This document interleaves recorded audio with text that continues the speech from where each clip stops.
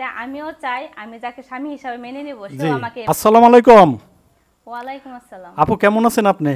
জি ভালো আছি, আপনি কেমন আছেন? আল্লাহ রাখছে ভালোই। আমি আমার নাম্বার পাইয়া আপনি আমাকে ফোন দিছিলেন। জি।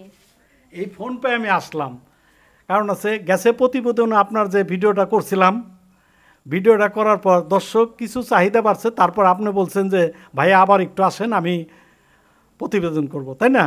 তাহলে একটা কথা কি, আপনি এ তারিখে যে বললেন বিকল্প রাস্তা ধরলেন, কারণটা কি? আপনার জানি যে আপনার পাশের মামতো বাল্যকে বিয়ার কথা, আপনি প্রবাস থেকে সৌদি থেকে ফেরার পরে ভাবছিলাম যে ওখানে বিয়েটা হবে, আপনি আমার বলছিলেন ভাই আসেন আপনাদের দাওয়াত আছে, তখন তো এই বিয়েটা কি হলো আপনার? আসলে মূল কথা হচ্ছে যে আমি সৌদিতে 5 বছর থেকে আসছি। জি। তো আমার মনে করেন মতামত চেঞ্জ হয়ে গেছে, কারণ ওই যে শাহজাহান শিকদার আছে না, জি জি, আমি সিদ্ধান্ত নিয়েছি শাহজাহান শিকদারের কাছে বিয়ে বলবো।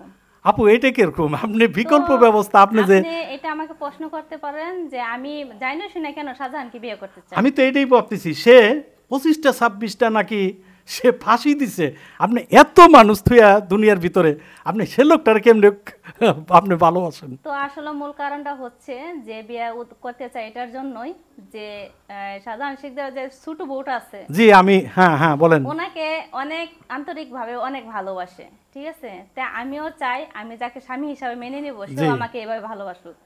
তাই আমি চোখের সামনে দেখছি বা শুনছি, তাই আমি শাহজাহান শিকদারকে ভালোবাসি। আপু আপু আমি কল শাহজাহান শিকদারের ছোট বউর প্রতিবেদনটা আমি করছি, বুঝছেন? আমাকে ডাকছিল, সে আমাকে এমনভাবে বলল, বুঝছেন, সেটা ভাষায় প্রকাশ করুন জানা।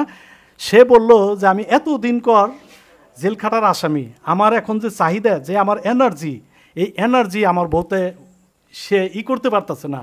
সে আমার দিনের ভিতরে যখন পায় তখন ধরে, রাইটে এমনকি ঘুম হারাম করে দেয়। বলেন আমি একটা 14-15 বছরের বাচ্চা, আমি কেমনে তার সহ্যটা করি?